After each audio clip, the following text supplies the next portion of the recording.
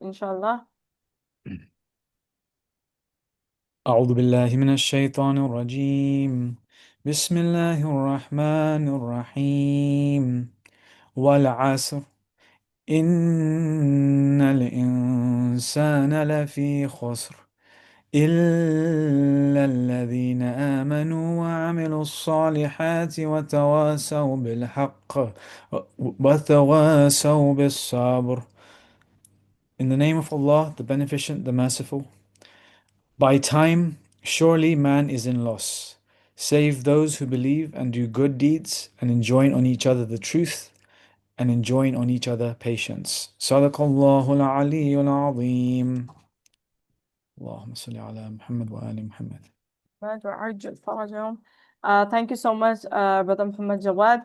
And we'll start off with introducing Brother Muhammad Jawad, who recited the very beautiful Surah Asr for us.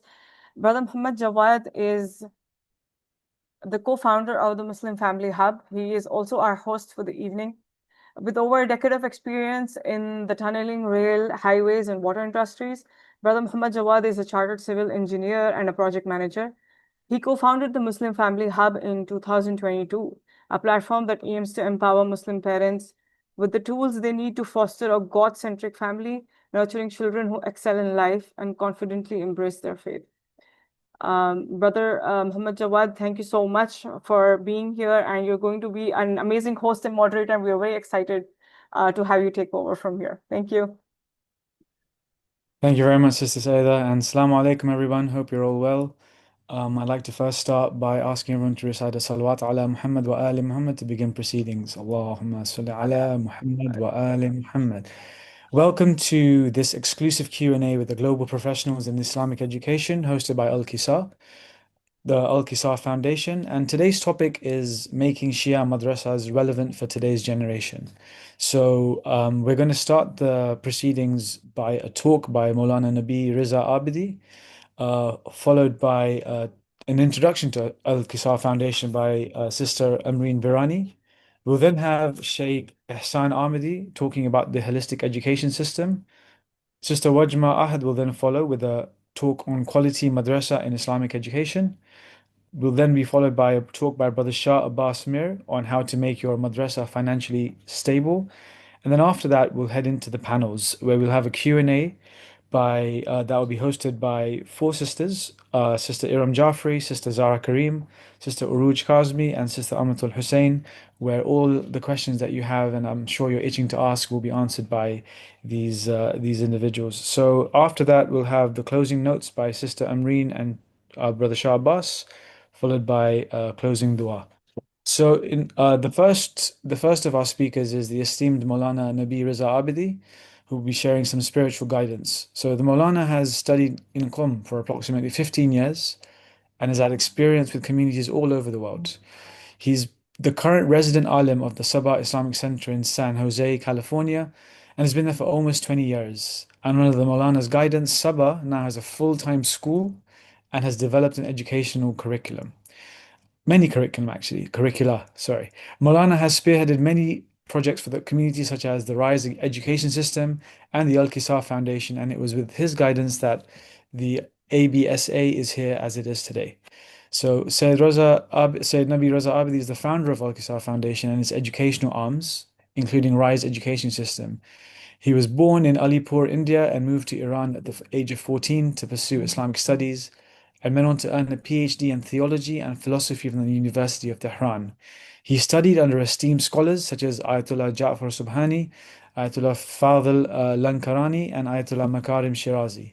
Since 2002, he has served as the resident alim of Sabah Islamic Center in San Jose, as mentioned before, and has been guiding communities and empowering Shia youth in the West to remain rooted in the teachings of the Quran and the Ahlul Bayt. So please welcome Moulana Abidi with a salawat ala Muhammad wa ali Muhammad. Allahumma salli ala Muhammad wa ali Muhammad. السلام عليكم ورحمة الله وبركاته. أعوذ بالله من الشيطان الرجيم. بسم الله الرحمن الرحيم. الحمد والثناء لله رب العالمين. إلهي أنطقني بالهدى وألهمني التقوى برحمتك يا أرحم الراحمين. هو الذي بعث في الأميين رسولا منهم يتلو عليهم آياته ويزكيهم ويعلمهم الكتاب والحكمة وإن كانوا من قبل لفي ضلال مبين.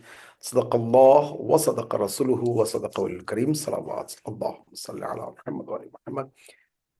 Thank you, brother, for this introduction. And may Allah subhanahu wa ta'ala bless us and give strength and tawfiq to perform our duties and responsibilities.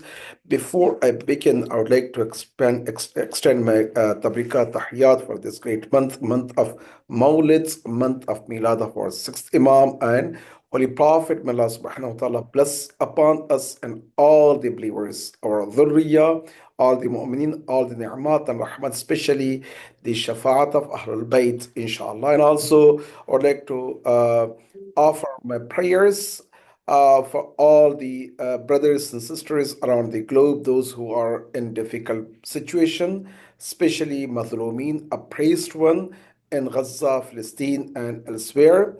And may Allah subhanahu wa ta'ala bring them peace and victory. And may Allah subhanahu wa ta'ala serve the justice to Zalimeen, inshallah. So with that, it's my honor to be here in this platform, although it was not, announced that I'm going to be here today, but it was my honor to be here to enjoy this amazing Q&A about the Islamic Sunday schools and also full-time schools and those who are looking for holistic way of nurturing the children and future leaders. Indeed, when it comes to Sunday school, especially in general, full-time school or any educational platform which is designed to our students and our children, which is the future leaders and the true game changers. It's very important to understand that one of the component or one of the segment or one of the piece of a bigger puzzle or solution is curriculum, and one of the component is the academia teachers and also the whole system which we design to give these services. And one of the component is the parents itself, and also bringing the awareness and knowing the challenges and how to optimize our resources. And one of the key component is our students also, those who are attending and those who are learning, their status and how they were engaged in Sunday school and so on and so forth. My humble appeal and request would be, we have to see holistically and see how we can engage and offer our services to those who are in a different situation and different era and time. We are talking about the generations, especially now from Gen Z to Gen Alpha, the audience, and they have a different circumstances, conditions, and also there's facing a different types of challenges, which is unprecedented in the history, from liberal agendas to pressure they're receiving from the social media and online presence, and to the environment they are surrounded with, and also not having a cohesive the relationship and a good family system where we can proudly say that this is a perfect family of the ambassadors of Ahlul Bayt, where our children, they will be immune from all these problems, and so on and so forth. With that, having a couple of hours per week with their Sunday school or weekend schools or even full-time schools, which we want to cater one or two subjects for them, assuming that we can have a best result. I don't think that we will going to give the justice, or we are doing a proper job. We need to understand from all the angles. So with that, I would like to welcome all of you. And I know that all of us, we are in the same page, and we have a bigger challenges. And inshallah, we can take care of that. If we as a responsible people in the society, whether teachers, parents, leadership, those who are running the schools or Islamic centers, or any platform or institutions which is geared towards nurturing the children, if we can be in the same page, optimize our talent and also our whatever we have, and we can share our thoughts and our ideas and experience to have the best result. That would be the key component, inshallah. May Allah subhanahu wa ta'ala bless all of us. I'm so excited to have all of you, and I want to see, inshallah, the best outcome of today's discussion. And although this today's discussion would be the beginning for the great outcome, which you can see, inshallah, and we want to see more of the collaborative efforts among all these centers. May Allah subhanahu wa ta'ala bless all of you. Jazakumullah. Assalamu alaikum wa rahmatullahi wa barakatuh.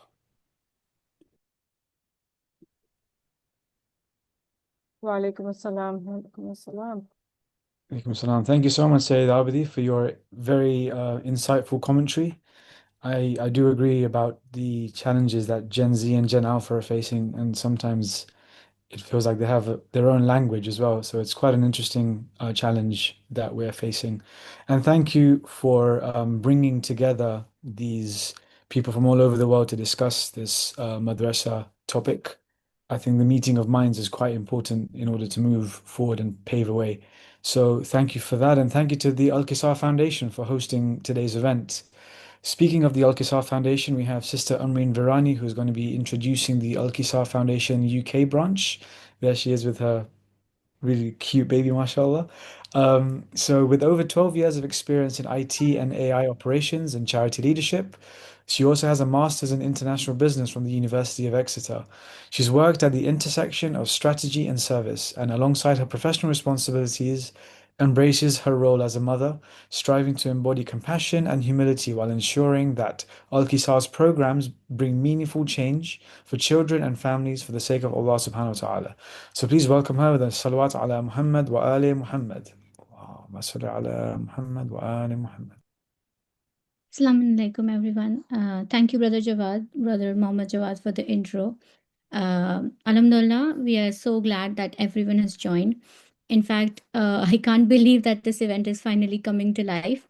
When we first got the idea, we had a clear goal and a clear vision, and it was to unite everyone in the field of Islamic education on the common ground of passion for teaching Islam.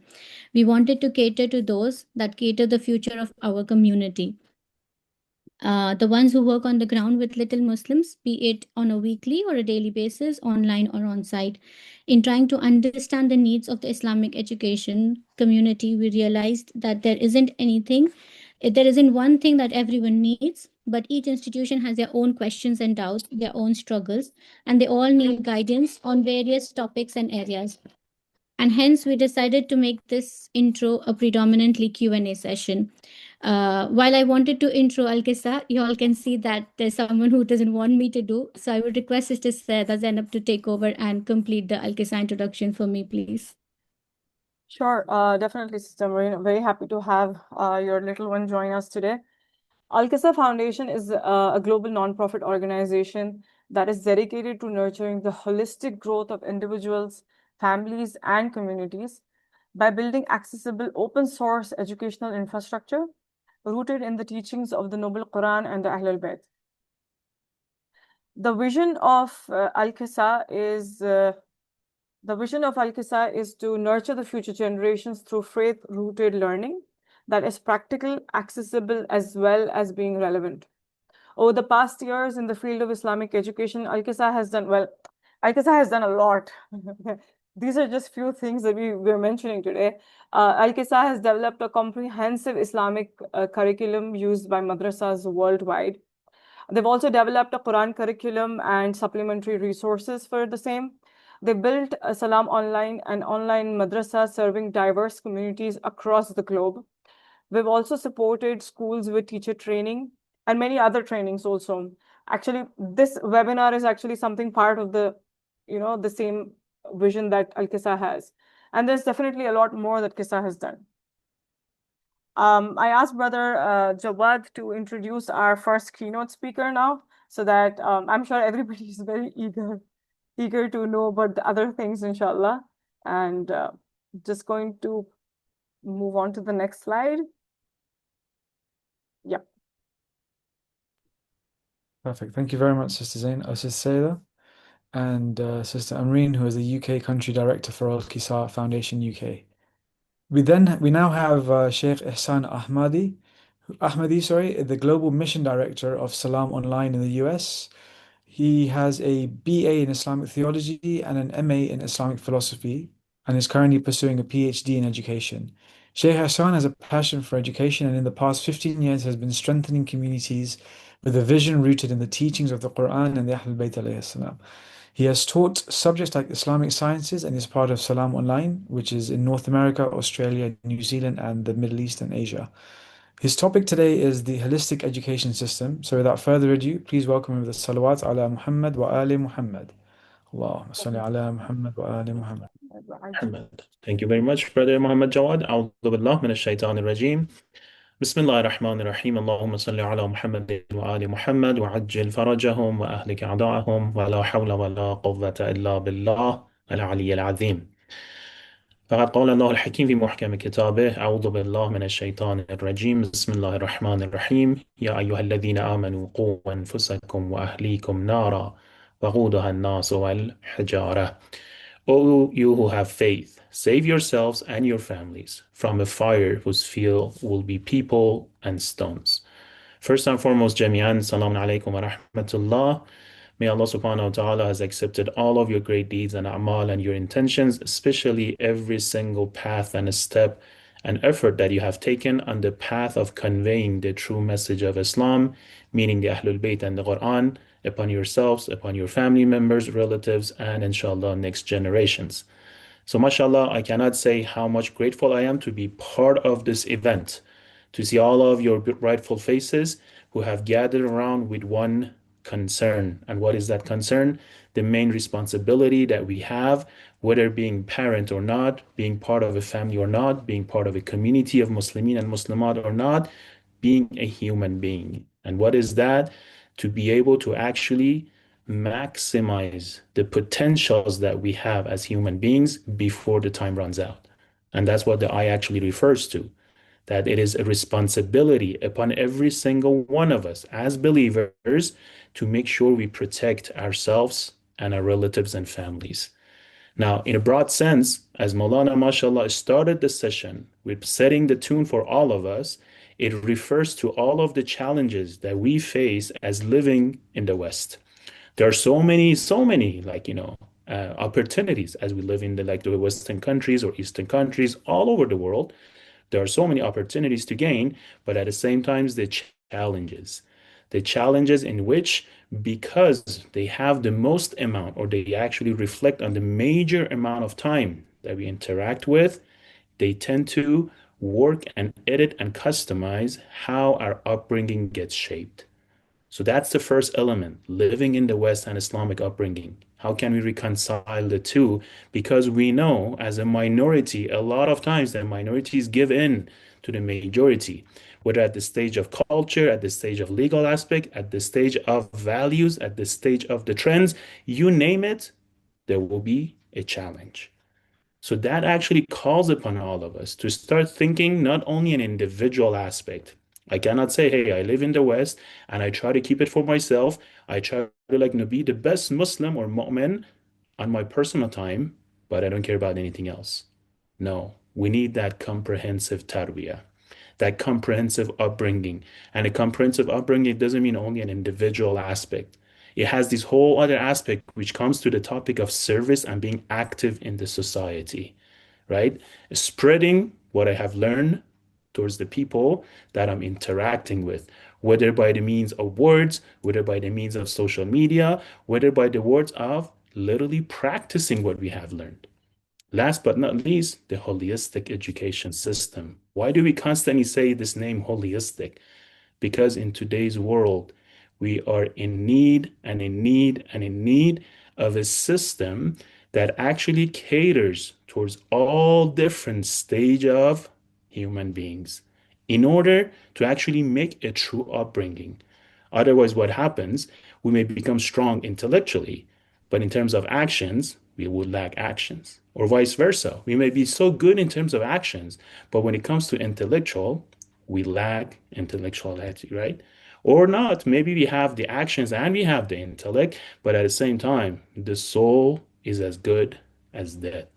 So we need that holistic, education system to make sure that we sort of touch base on all of the elements needed in order to prove and perhaps provide that improvement for the lives of individuals, to the lives of families, to the lives of societies, and inshallah for the lives of the whole humanity. And that's what we know that is going to happen, inshallah, by the appearance of our Imam of time, which gives us the great tidings that we have to work towards that vision.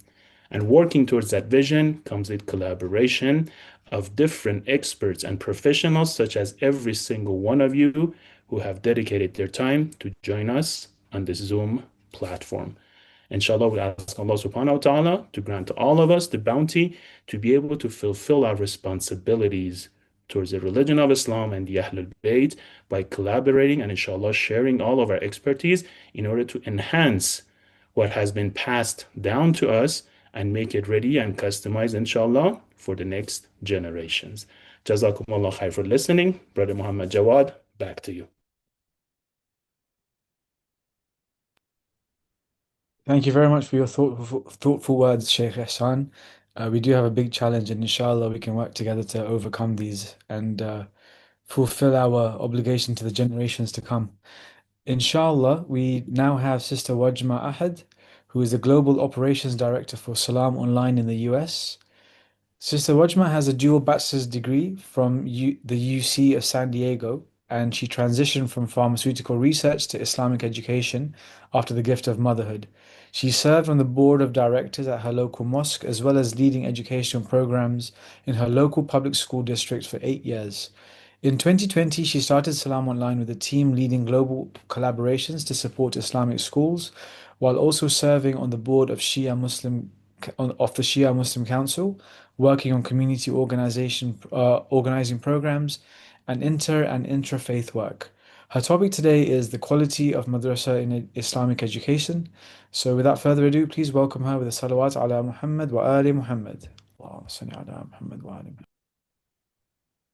Assalamu alaikum, everyone. Thank you to all of the organizers of this event. And thank you to Moulana Abidi, Shaykh Ehsan Ahmadi for all of the leadership and support and the guidance. This initiative or any work that we do for Salam Online or Al-Kisa Foundation could not be done with leadership and guidance from our mission directors.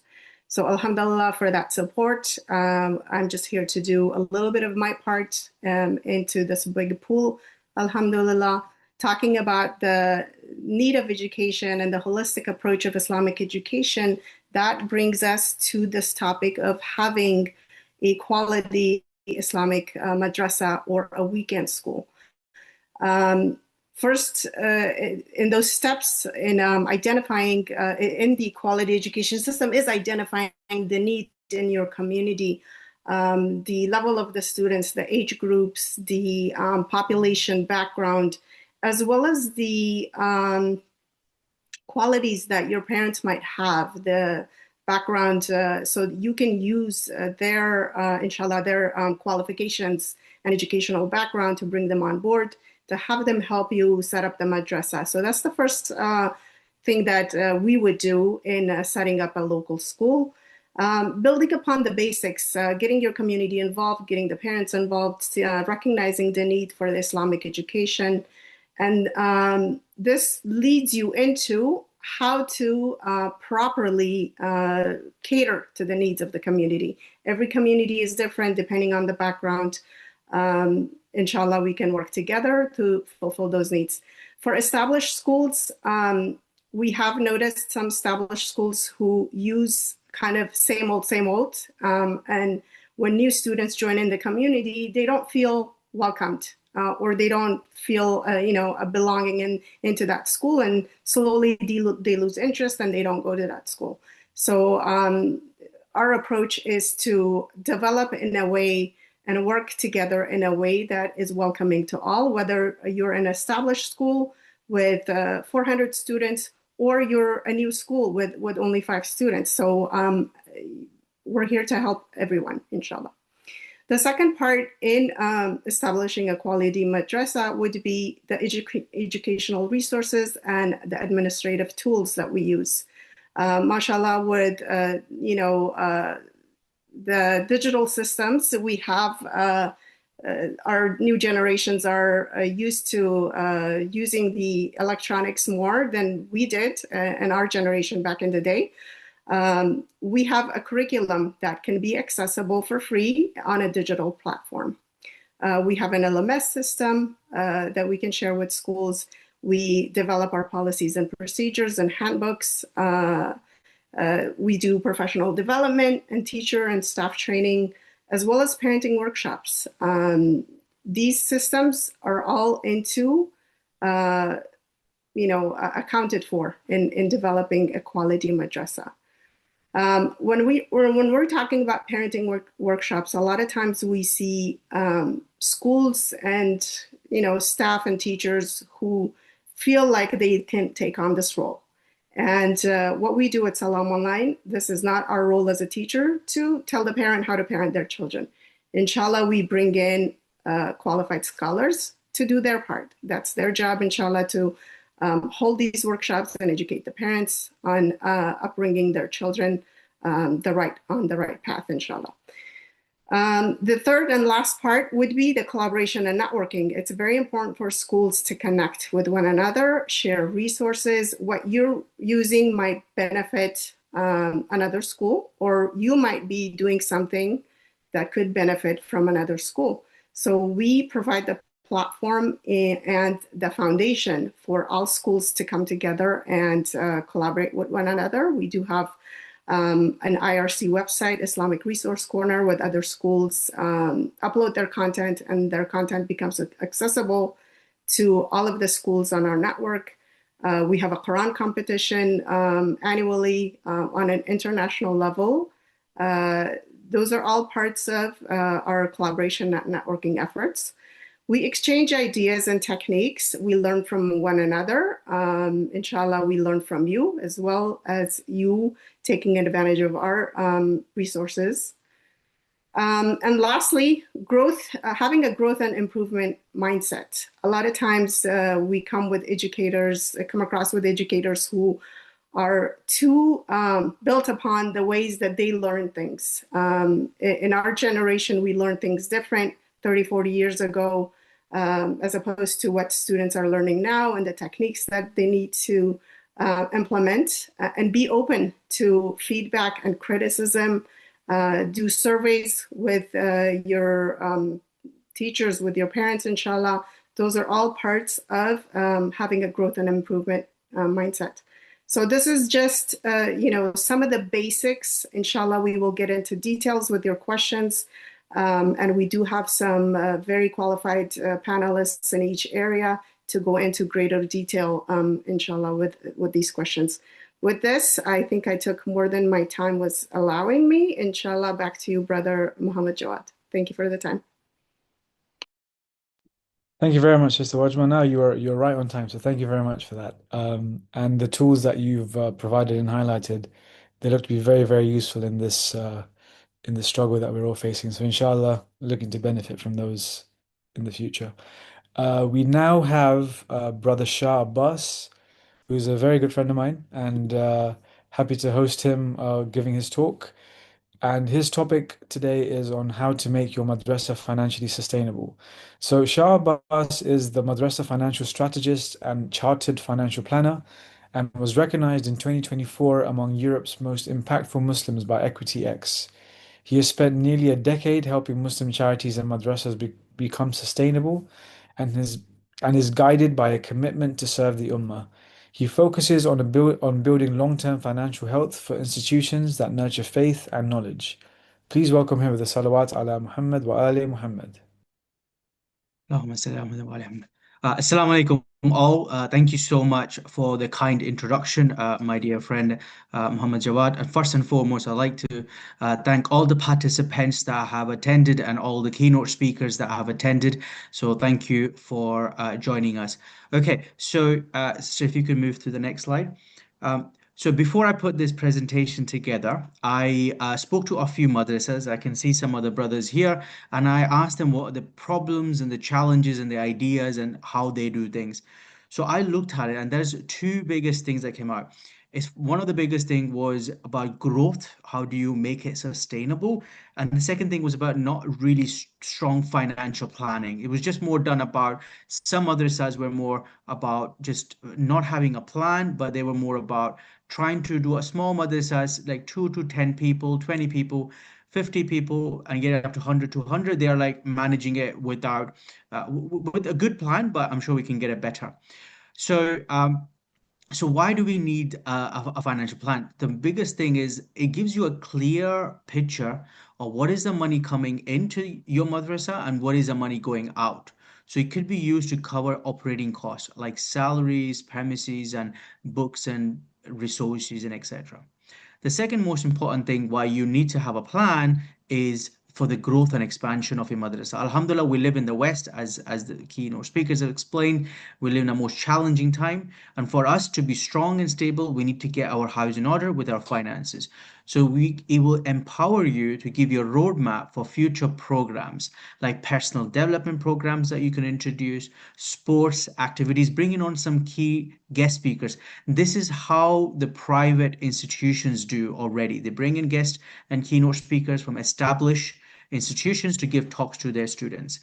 The third main reason is effectively allocation of resources. So you can prioritize what areas that needs more priority. For example, enhancing your teachers, paying for good talented staff, and also learning resources like books and etc. So you can plan accordingly.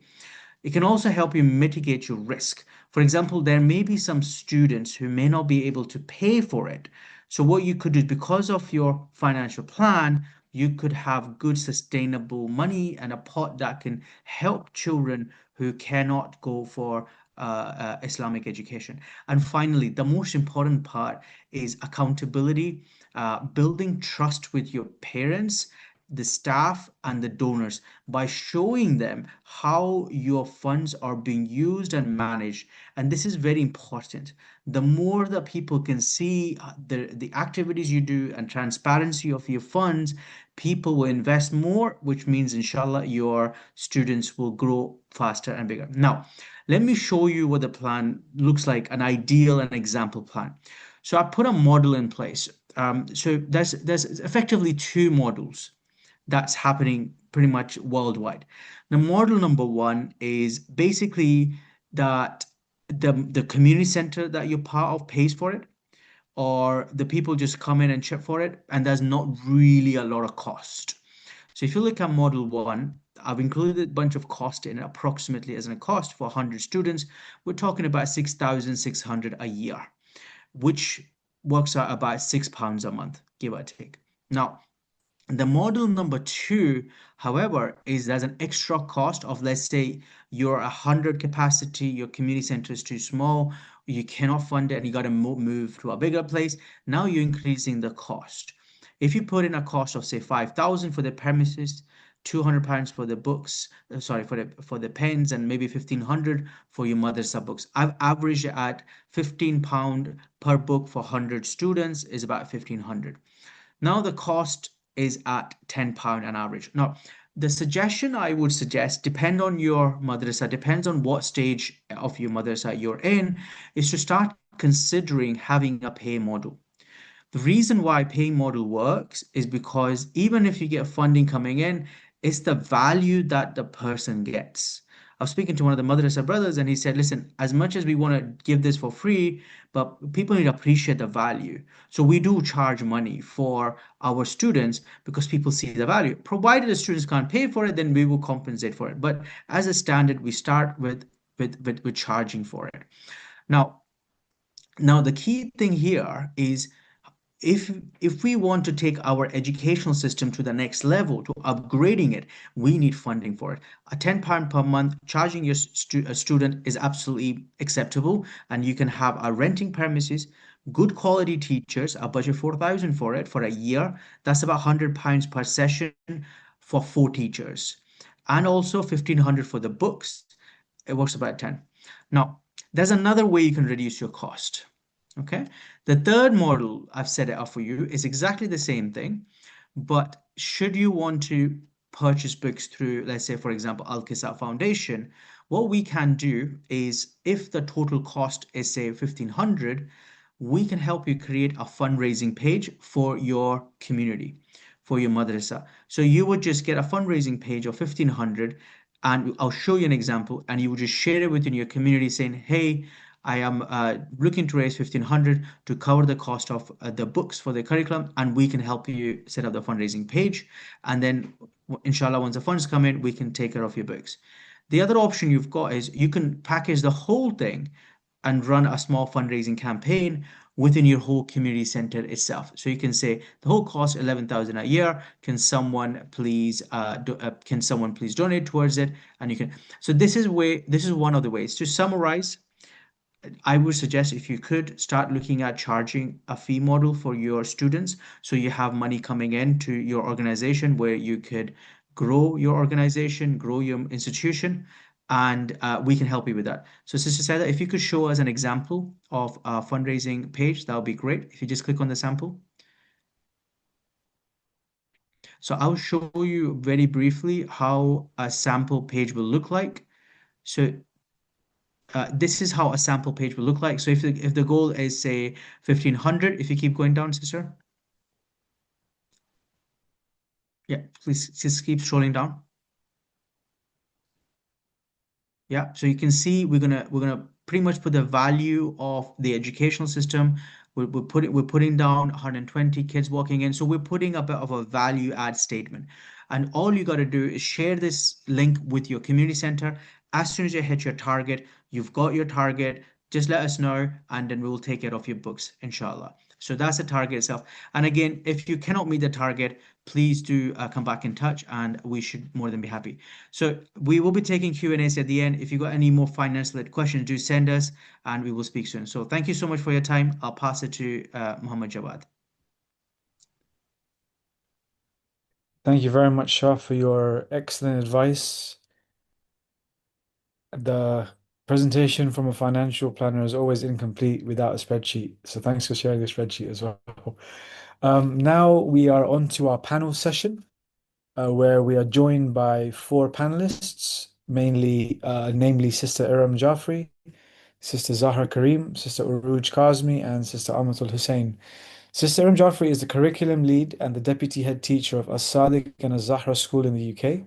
She oversees the teaching, assessment, and staff development while pursuing a master's education in leadership, a master's in educational leadership. As a trained school inspector and an ISO educational establishments auditor, she brings a standards-based approach to Islamic education alongside Hausa studies that deepen her connection to sacred knowledge.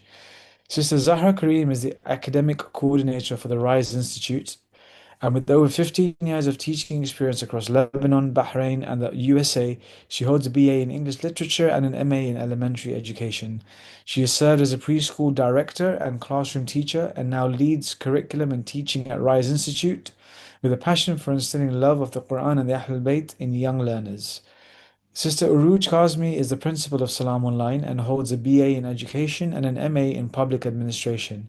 She has led both Sabah Sunday School and Salam Online and was instrumental in compiling the STP curriculum and establishing policies and practices that continue to guide madrasas in fulfilling their mission of teaching the Quran and the Sunnah. Sister Amatul Hussein is the Salam Online Global Teacher and Branch Principal. The sister has a BA in Accounting and Economics and currently is pursuing a Master's in Education. She brings both professional expertise and a dedication to Islamic teaching. Since 2020, she has taught Quran and Islamic studies along with Quranic studies online with Salam Online and has served at the several Sunday schools, nurturing the next generation in faith and practice. Now, before we go into the panel, just a few tips and bit of guidance. We're going to operate. You can, if you'd like to ask a question, you can either put your hand up via the Zoom hands up function, or you can type into the chat. So we'll do it in a way that we'll alternate between one hand up question and one typed up question. And so if you can send it to the chat, that would be really appreciated. Please keep your questions succinct because we only have around 45 minutes or less so. We have 40 minutes for the Q&A. And please make sure that as I said, we keep our questions succinct and the answers are also in kind. So without further ado, please begin the questioning with the salawat ala Muhammad wa ali Muhammad. Sister Sayeda, if you're able to see the hands up more than I am, please feel free to point out whoever has their hands up. I think it goes in chronological order, so the first person will be a hand up in number one, so we can go along with that. So as of now, we do not have any hands up. We do have some questions in the chat, so we can start off with the first question that we did get today. Somebody asked that my question is regarding the RSE or PSHE subjects of the learning curriculum, and I found out that that's relationship and sex education or relationship, sex and health education. They want to find out if there is anything that Kisa has that can be used if there is a curriculum. That's the question. So that's open to all the panelists.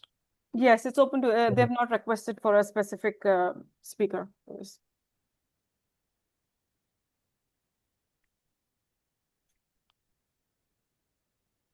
Sister Amtul or Sister Zahara, yeah.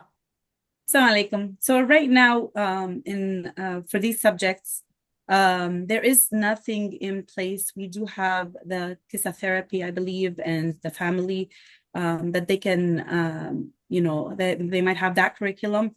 As for, coming from us, I don't think that there's something in place that can be accessed. But inshallah, we can look into it and see if we have the resources for that and pass it along, inshallah. I would like to add that we do have special workshops on like bulugh classes, and that's the time when we talk a little bit about the health education and sex education. It basically begins so that they start to become aware of themselves and their bodies and their growth. So maybe that's where it begins at least, but it's not part of the curriculum. It's kind of done in a workshop fashion. And just to add to that, mashallah, that we are coming up with a book very soon this year, inshallah, by the end of this year. It's a Muslim Girl's Guide to Her Body. So that is going to be covering a lot of those topics in that. It's called the Muslim Girl's Guide to Body, Mind, and Soul. While it is directed for the girls, it is going to be a very, I've seen the insides of it, so I know that it's going to be a really beautiful book for girls, especially for on the same topic. Inshallah. Okay, we do not have any hands up. I would like to see, people from the education not raising their hands. Oh, we have a Sister Zainab. Yes, Sister Zainab, please go ahead.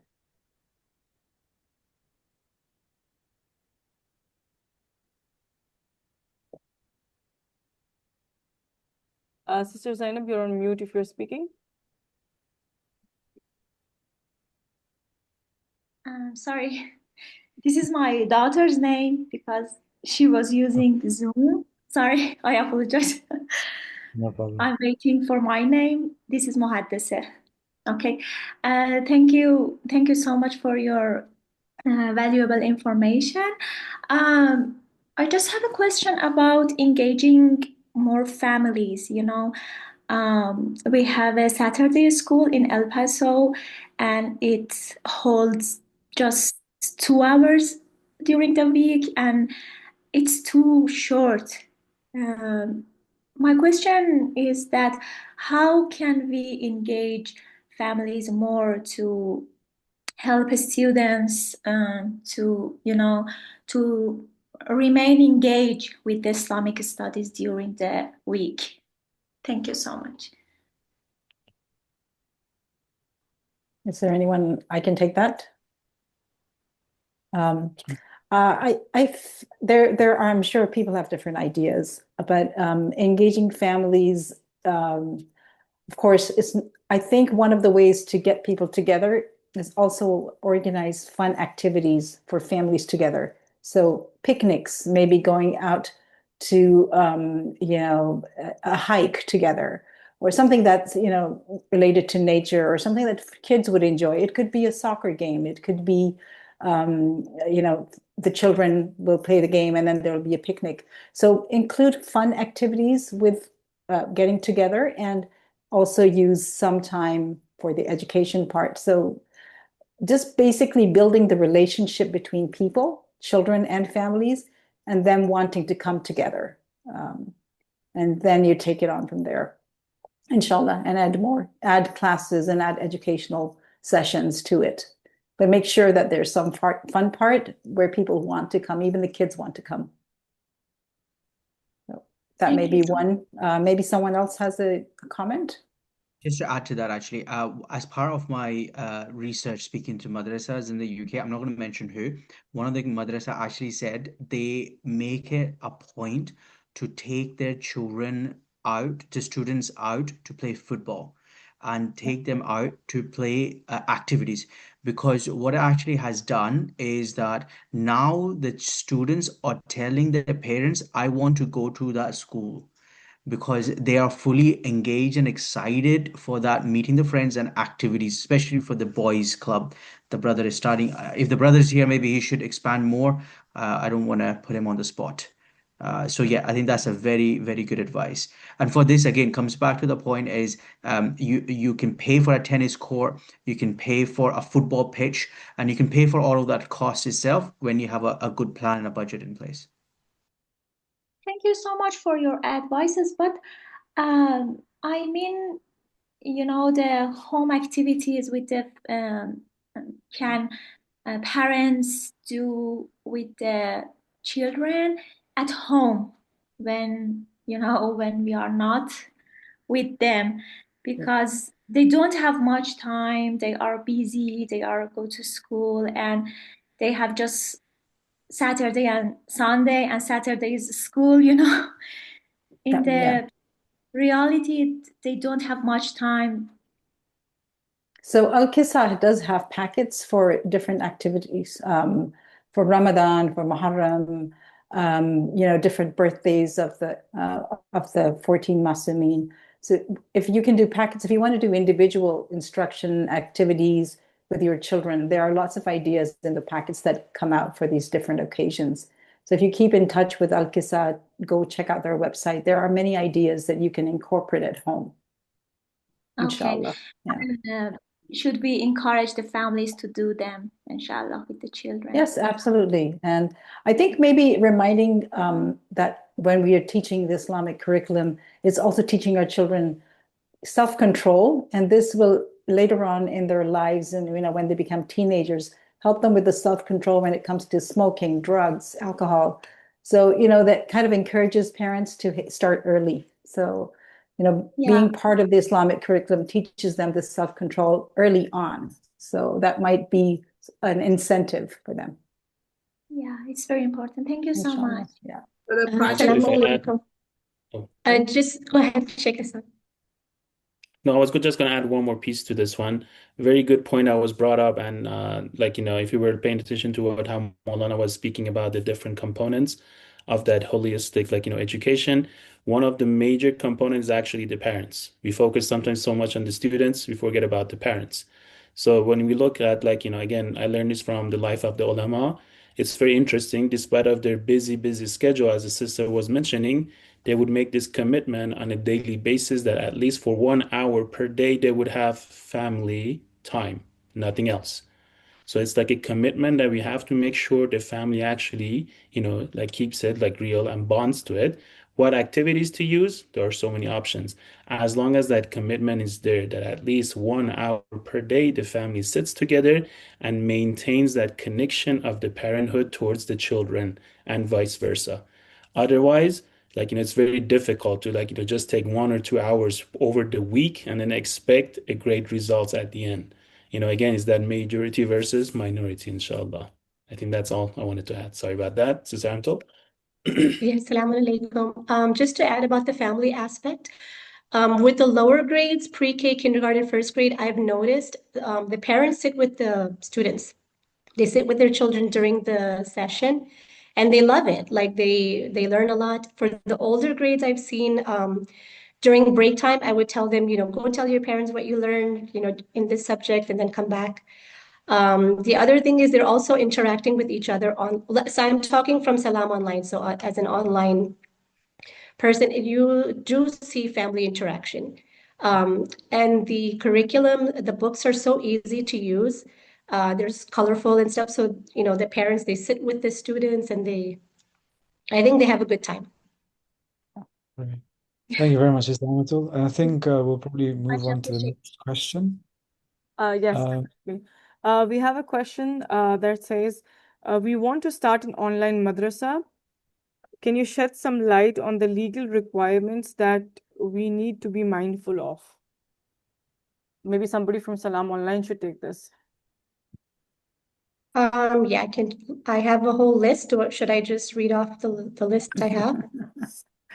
Why not? Sister Wajma sent me the list. So license is the first one. You need to, if you're nonprofit or for profit, both ways you have to see for the licensing. If you are within a weekend school in a local mosque, they probably have taken care of it already. So you have to check that. Then you have to follow all the regulations, all the operations for the year. You have to keep proper documentation and records for all the members and all the finances, like income and expense reports. You have to establish operational procedures and safety security around the building, like fire safety and those kind of things. Food safety, allergy safety, that's another guideline. Consent forms for that. You have to determine the legal age of enrollment, if it's 5 years or less or more. So I know in every country, every state, they have different requirements, but these are the general kind of. So that was a combination of for in-person schools as well. The question was for about online school. For online school, you really only need a license or for a nonprofit or for a profit if you're doing a school either way. That way you can manage the finances. You can collect enrollment fees, charge parents fees for books, and have a record of your finances at the end of the year to file with the local authorities.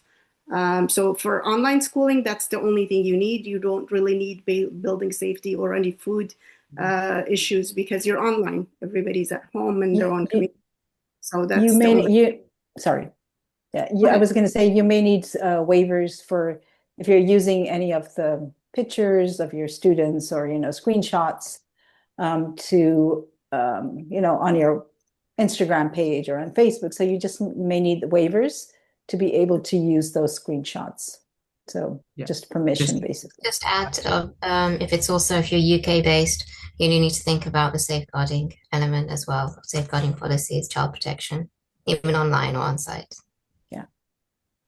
Yeah, so if anyone is looking to set up an online madrasa in the UK and want to partner up with Al-Kisa Foundation, Salam Online, just message us, reply back to the feedback, and then we can put you in touch with the right steps and how to do that in the UK and Europe. That is online madrasa that happens right now in the US and Canada bit, the time zones are different. So if you're far away, middle of nowhere, just drop us in line. We can help with what you need. Perfect. Thank you all. Our next question will be one of the hands up. So Musa Shah, please, I'm going to ask you to unmute. So once I do that, please feel free to ask your question. Assalamu alaikum. Yeah, Musa Shah here from Al-Asad Madrasa, which is situated in Woking, Surrey. Thank you for this opportunity, and it's lovely to hear everyone's input so far. I wanted to ask a question, and then a quick question, and then I wanted to also discuss an issue that we're having and get some feedback on that issue. So my question is in terms of assessments. So do you guys have midterm or maybe end of term or half term assessments or end of year assessments where we can see how well the students are performing and doing learning? I can take that. Yeah, we do have assessments in our in-person school. We have assessments as well as our online school. So we have only two, one at the end of the fall semester, or that's December, and one in June when the school year ends. So basically a kind of a midterm and a final. The reason we don't have more than that is because it overwhelms our students because they are also doing full-time school. Some teachers, however, do like monthly, very 5-minute assessments. So we do leave it to the teacher, to the discretion of the teacher. But the school-wide, we have a midterm and a final, and we give out review sheets. We make sure that our students know what they're going to be tested on. So we want to make it very easy for them, because you don't want to discourage them and have them just drop out. Okay, and is that an exam based online, or is it print format? How is it? It's an examination because we're at Salam Online. It's an examination online. They sign in on Zoom, and we publish the exams on Canvas, and they take the exams while the class period is going on, and then the exam is and there's a deadline, so it's no longer available to them after school. Okay. I guess I'll reach out to you guys close to the time to get the exact process in terms of registering for the assessment and stuff for students and what books, what exams are going to take. The issue that we're having is we've got 6 classes. So we have a reception class, which is kindergarten. Then you've got grade 2 to grade 4, which is mixed, grade 5 to grade 8, which is girls, grade 9 to grade 13, girls. And then you've got boys, which are 5 to 8 grade, and grade 9 to 13 boys. Now, the issue we have is we've got students at different levels. So you can see in some of these age groups, we will have a 4 to 5 year gap in some of the older classes. And the books that are, you might have a student on book 6, but a new student coming up from a lower class or a brand new student signing up to the madrasa doesn't know much about it. Maybe should start on book 3 or 4.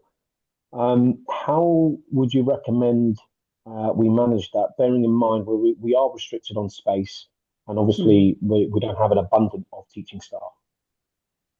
And is this an online school or in person?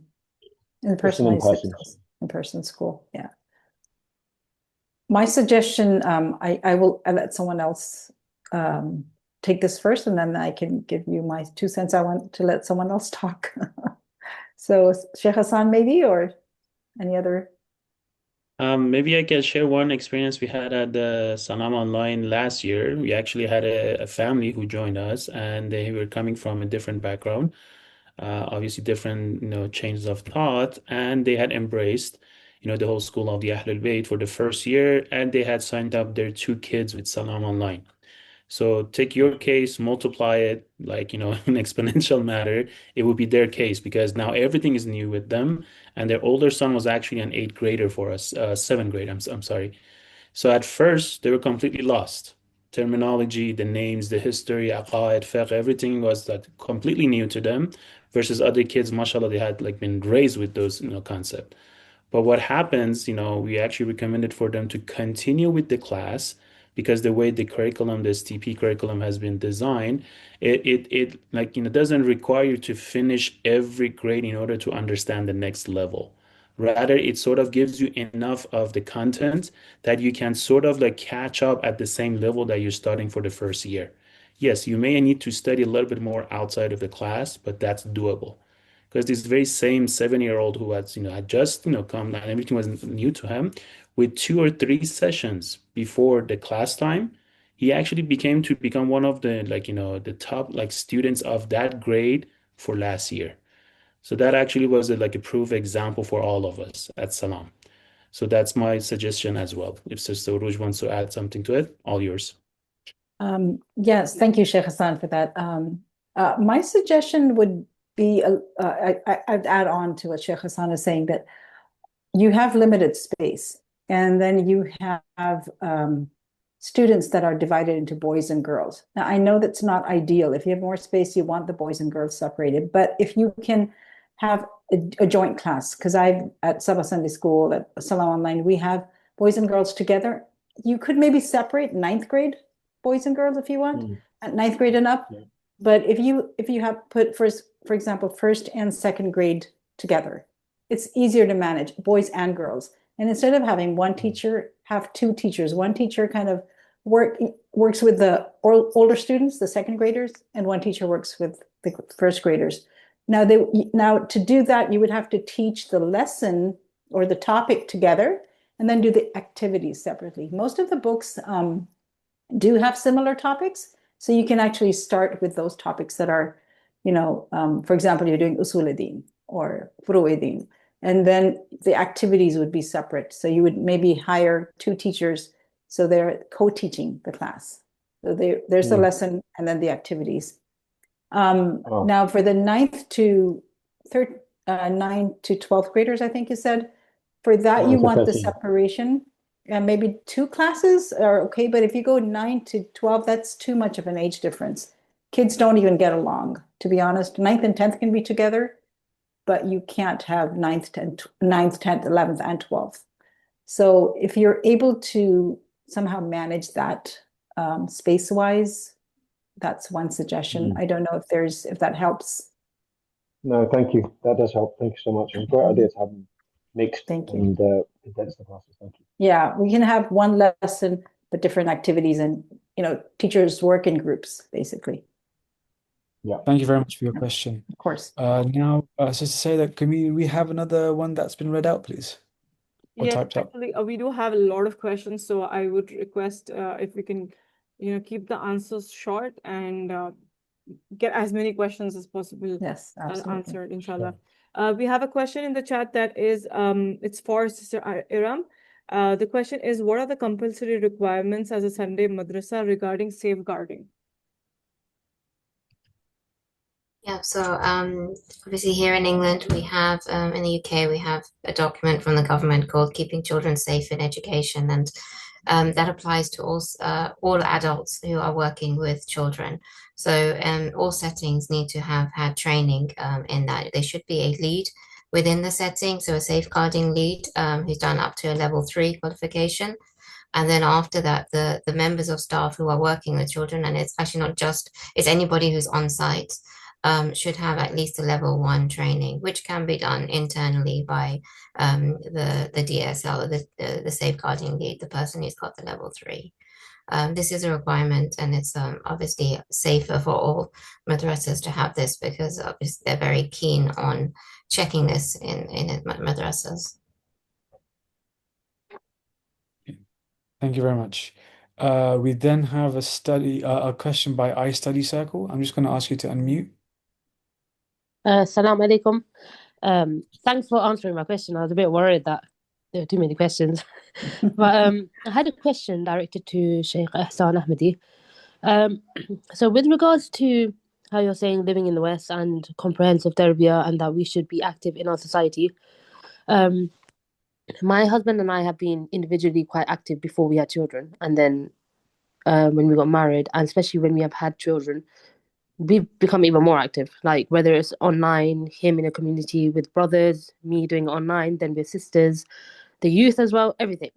But recently, in the last 6 months, and we've got under 5-year-old kids. In the last 6 months, I don't know whether it's call it an epiphany or wahi, whatever you want to call it.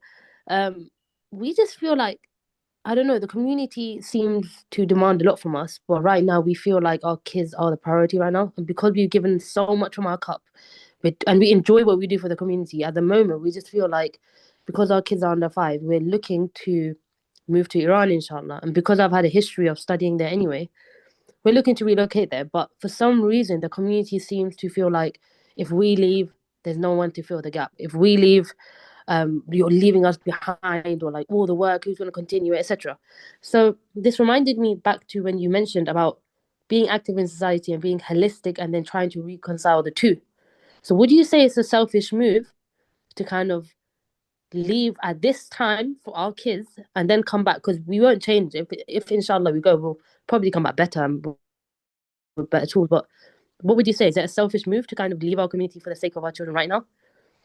It's a bit MashaAllah, controversial. MashaAllah. That's a very, very good question. I think this question has been, well, I mean, I got this question asked from like different parents as well across the US. My personal, again, suggestion is this, that again, according to the ayah of the Quran, our first responsibility comes to ourselves and to our family and relatives, right? قُوا أَنفُسَكُمْ وَأَهْلِيكُمْ. So when it comes to the matter of a community that we're living in, that goes in like, you know, as a function of to how much I can maintain myself and my family. So let's say if I want to uplift myself and my family, and for doing so, I may have to travel in order to get access to a specific particular course, right? So that means in the future, when I come back or as I maintain the connection, right, I can actually provide that new like advancement for the community. So it's actually a better like sense, right? Even for the community. So it depends on the objectives. If objective is truly to gain that, you know, that perfections that we want to, right? That tarbiyah that we want to, that sort of ilm that we want, it's going to have benefits for the community as well. Maybe like, you know, a little bit of a span of time, or maybe you can like go back and forth or keep in touch like online. There are different ways to go about it, but definitely, we always want to enhance where we at while we give to the, you know, society and the community. Hopefully that helped a little bit. But don't worry, you know, Allah subhanahu wa ta'ala, right? He has so many servants. Like a lot of times we think like, okay, if I leave this position, who is going to be, you know, taking care of that position? There will be someone. At least the community will come to their senses now. Okay, they feel the need, someone will step up, right? If not, that will create the whole like understanding that what have they missed, and again, that's going to create that sense of need and urgency to go after like seeking that truth, like or knowledge. Inshallah, Sheikh, that this is helped. exactly what we were saying as well, that we haven't started anything. If anything, we're just like a wasila to help others and inspire others so that we can do this together. It doesn't take one person to create a village. It creates all of us together. So keep us in your du'as, inshallah. You just reaffirmed us moving, inshallah. And inshallah, sister, maybe for you and for your family. And inshallah, sister, maybe you may train someone to kind of take on some of the roles you inshallah, inshallah, khair, inshallah. Yeah, Inshallah. Wishing you all the success in your hijrah, inshallah. We have another question, Sister Saida. Yes, we do. Is there a send-directed part or classes of the curriculum in the Salam Online sessions that a send child can access? Basically, a special education needs child. Special education, is that the question? Yes. Is there a send-directed part or class of the curriculum in the Salam Online sessions that a send child can access? At this point, I don't believe so. I don't know if is someone working on it. So actually, I can answer that bit for a sec. So just slightly away from it. So Al-Kisa Foundation has another arm called Kisa Therapy and Kisa Family, where they have resources for exactly these type of things. If what the best thing to do is drop us an email and on your requirements, and maybe the team can make those appropriate introductions. So yeah, please go ahead. Yeah, we have some resources for it. Perfect. Thank you so much. We now have a question from, sorry, Bismillah. Sorry, Sister Wajma. He answered it exactly the way I would have. I refer them to Kisa family. Perfect. Okay. So we have a hand up from Brother Muhammad. Just ask you to unmute. So once you've accepted, feel free to ask. Alaikum. Alaikum salam. Can you hear me? Yeah. Yeah. Thank you so much for this one, and quite commendable, like you guys working on this program. Two quick questions I have. In fact, I've typed in as well, and but those questions are quite unique actually, because one of them is obviously you've got a age range of boys and girls up to the sort of end of primary, year 4, year 5, year 6 sort of thing, when they are under the guidance of their parents and they do all of the things that a madrasa is expecting them to do. But as soon as a child grows and becomes like 7, 8, 9, 10, they want to take the matters in their hand and they basically start losing interest, or they may not turn up to madrasa. So how do you guys, or how does your team make sure that the curriculum or the program is interesting for that age band? That's one question. And the second one is, what does Al-Kisa education scheme offers to someone who have graduated from your curriculum? So basically, I would expect like the year 12, maybe you have got your last sort of course. And then what about after that? Is there a continuous development program that the student that remains on the path while he's in university and work? Do you still offer anything after they get graduated from the Al-Kisa school, or basically your curriculum that you offer? I think I can take that question unless somebody else wants to, but you can add it. Go ahead. For student engagement for ages, grade 7 and above, that's very common in all schools. A lot of students at that age try to become independent and develop their own character and identity. So they do move away from the advice and being under the umbrella of the parents so much. For that, we do teacher trainings. Teachers need to be properly trained on how to connect with students. Connection is very important at that level. If they don't feel the connection, if they don't have a belonging in the class, a sense of being there or respected there, then they do leave. No matter how much the parent tries to put them in, it's a matter of the teacher being able to connect with them. So I would advise to get the teachers involved in teachers training, pursue some kind of help, professional help from the trained and certified teachers. We do a lot of collaboration with Rise Online teachers. They are certified and they do a lot of training sessions for us. We do have one session coming up in the following months, inshallah. We'll have details out. As far as the continuation of the grades after the grade 12, we do have some youth classes that are online for ages that are after grade 12. And we do have some college level courses that we just opened. We call it a pre-Hausa, and it's basically for ages 18 to 30 and, covers topics more in depth. So yes, we do have a way of keeping them in if they're interested to continue with us, inshallah. So, and anybody's welcome to enroll in those classes. It's open to all globally. Right. Thank you so much. And this teachers training program can be found on your website. Would that be something you would be? We do have recordings from previous years that we can share, but the one that we are planning, Sister Zahra Karim from Rise Institute, the one we are planning, we will be announcing that when it's ready, inshallah, and it'll be open for enrollment to anybody, any educator, inshallah. So your teachers can hopefully participate. Thank you. Just add to this, Brother Muhammad. We will send you an email because we have your email. You registered for it, so we will send information to you. And once you get a communication, once you register, you will be part of the teachers training. And I do request all the madrasas leads and principals and teachers and representatives. So once you get the email, forward it on. So that will be a very detailed session around your curriculum, the books, how the best practices, all of that stuff. So watch the space. Thank you. We have maybe time for about a couple more questions because we're looking to conclude at about 10 to 10 or maybe a bit later than that. So maybe one red one, and then if we have enough time, maybe one for the hands up. So Sister Sayeda, Yes. one last question that's read out.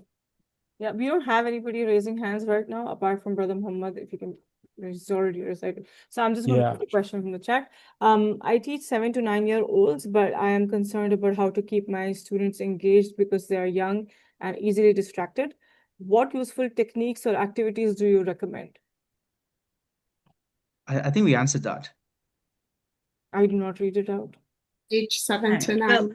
So Zahra Karim can take that. Yes, Salam alaikum. So with the curriculum, alhamdulillah, we have a lot of extensions and we can like just put in some supplements, but some activities, for example, that we've used at Rise Institute with the teachers is, for example, they always connect science, they always connect in nature to it. So for example, if we were learning about how the Quran, you know, just benefits us and how it can increase our knowledge. For example, we would do the scientific experiment of the baking soda and vinegar, and then put the balloon, and then as the balloon, you know, the reaction happens and the balloon expands, we show them that that's how the knowledge we can get from the Quran or from Ahlul Bayt, it expands in that way. So connecting the lessons with some science experiments or with some personal, like just connecting it and relating it to the students and what they're going through, really gets this age group engaged. And there's so much that you can do, and there's included in the curriculum, some of the extensions, some topics we can discuss, and it'll just keep them participating and engaged. Thank you very much. For those who have sent questions via the spreadsheet, please email the Al-Kisa Foundation UK email address so that they can answer your questions, as those were sent anonymously. Do we have time for one more? Yes, there's a very good one. I don't want to skip it. Bismillah. Yeah, let's go for it. Okay. What are the scholars' views about delaying Salah time by 30 to 40 minutes? If the Salah time is about an hour before the end of the madrasa, and breaking for Salah is leaving only a short time for lessons to continue. The Salah is carried out in Jamaat, so there are benefits of waiting for Jamaat. Alternative view might be that where else would children be encouraged to pray on time if not at madrasa? I would be grateful for a Shara'i view or from a scholar to understand, you know, what has to be done in this case. Yeah. I think that means Shaykh Ehsan. Yes, it's a very good question. I found it very interesting. Or maybe Moulana Abidi if he's right. No, alhamdulillah. So very good question, and I think again this is not a question of the person who has asked only, but again across different communities this issue comes up. Again, remember some of the challenges we have is cultural challenges, meaning for example the timing of the school usually doesn't go according to our prayer time. So this question usually happens a lot at a full-time school, like online school, madrasa, you name it, it's there. Now, what is the general ruling? Obviously, the importance of praying on time is one of a kind, right? It's a fazila. It's something that we have to make sure it's number one priority on our list. But sometimes number one priority on our list, due to the condition that we have, may not be a practical approach. Yet again, we have the mindset for it, meaning we have the intention for it. We are eager for it, but because of the condition, we may not be able to fulfill it. So this way, the ulama, they say, inshallah, Allah will grant you the sawab and the reward of that deed on that particular timing, which means as long as I have embedded within myself that the minute I get I sense getting closer to the time of azan or the time of offering my prayer, I automatically tend to have, that motivation to make wudu and stand up and offer my prayer on time. But at the same time, maybe the conditions of the class time would not allow me to do my prayer on time. Because the intention is there, because the heart is open to obey the commands of Allah subhanahu wa ta'ala, there is hope that Allah will grant the sawab while we're fulfilling our ilm or knowledge, which is also has sawab, and then we can benefit the jama'ah. And as you know, one of the ways to lengthen the time of a prayer is to wait for a jama'ah to be formed, right? So multiple aspects, multiple avenues of gaining those rewards. The main concept is to have that priority embedded within our mind that we are supposed to get up for the prayer to be offered on time, whenever or wherever we are. But conditions sometimes may prevent us from doing so. And that's okay, inshallah, with the intention that Allah subhanahu wa ta'ala will grant us the reward of that deed, inshallah. Hopefully that answered a little bit. Alhamdulillah. Excellent. Thank you, Shaykh. So that concludes our panel session. We will now have closing notes by either Sister Amreen or Sister Sayeda, followed by Brother Shah Abbas. Please welcome them with the salawat ala Muhammad wa ali Muhammad. Allahumma salli ala Muhammad wa ali. Sister Sayeda, if you can please take over.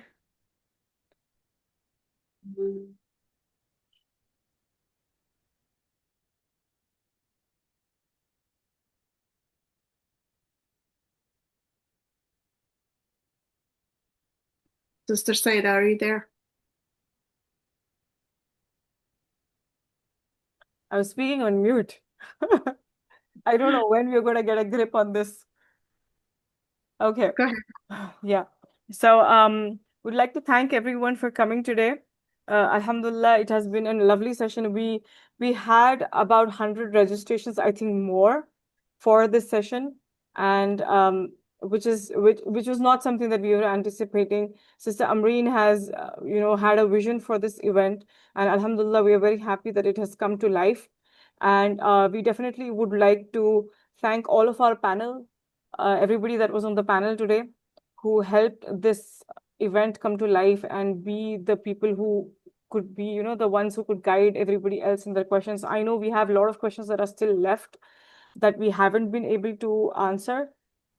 And inshallah, you can reach out to us and we will be able to give you the answers for that through email. We are also going to give you an overview of what Kisa can do for you, inshallah. These are some of the services that Kisa offers. We've had some questions regarding the same as well, so I'm hoping this slide would also help everybody get an answer to that. The Islamic curriculum, which is the Steps to Perfection curriculum, we also have a Quran curriculum. We also have a Quran appreciation curriculum. So there's quite a bit that we have, inshallah, that can benefit anybody who's interested. We also provide financial guidance in the sense of like what Brother Abbas was talking about. If somebody needs guidance on how to financially stabilize their madrasa, something that is sustainable, something that is better long term. We also offer collaboration with Salam Online. As you all know, Salam Online is our online madrasa, and we collaborate with other schools and not just schools, micro schools, madrasas, Sunday schools across the globe, and share our resources with them. It is something that Moulana Abidi is very passionate about, being open source and having everything that we make reach the people that it is made for. We also offer teacher training. And I believe, like Sister Zahra had mentioned, that it is going to happen very soon. So stay tuned for that. All of these things, you will come to know about it because you are part of our mailing list now. I mean, we have your contacts. And there's obviously much more that Kisa does. And I would like to, on behalf of Sister Amreen, thank myself, for all the hard work that I did. I'm just joking. I would like to thank, on behalf of Sister Amreen, I would like to thank everyone who worked behind the scenes. Sister Yasmin had called almost everyone, I believe, who's here.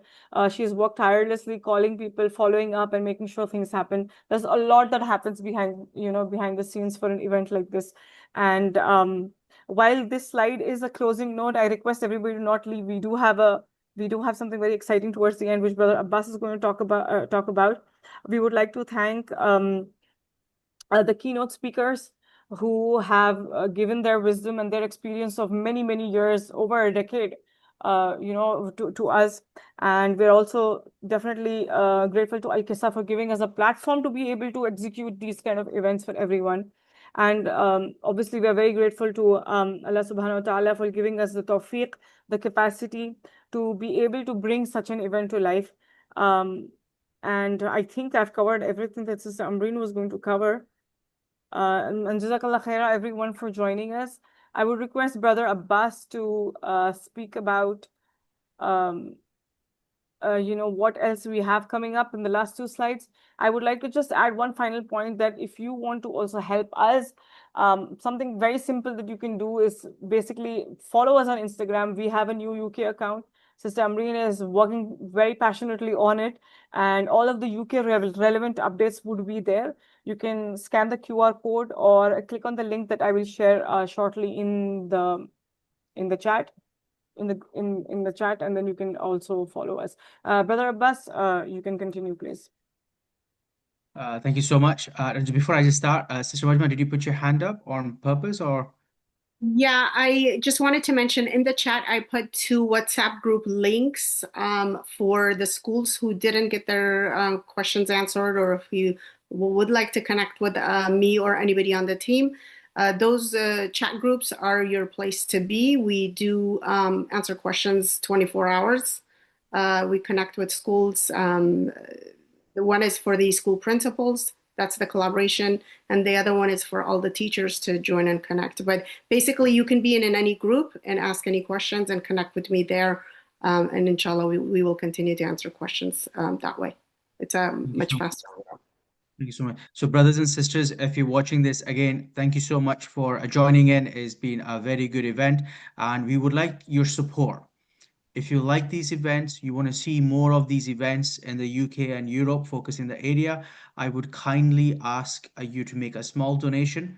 The QR code is on the screen. Anything you can donate will go a long way. Just take a quick donation link, and we'll be much grateful for your help and support so we can do more. So we're not taking any more questions right now. So if you've got any questions, email us in, and we'll be more than happy to answer them for you. Sister Sada, if you want to move to the next slide. Yeah, so the feedback form. So the sisters have put an incentive in place as a token of appreciation from Al-Kisa Foundation. You will get a special 15% discount code upon successfully submitting the feedback form for your madrasa students. So we're going to send you a feedback form. Once you complete it, if you can scan the QR code, you should be able to see it, and we will give you a 15% discount. So mashallah, it's been a very good one. I think that's it from me. I will pass it on to Shaykh Ehsan for the final closing words and a dua. Assalamu alaikum.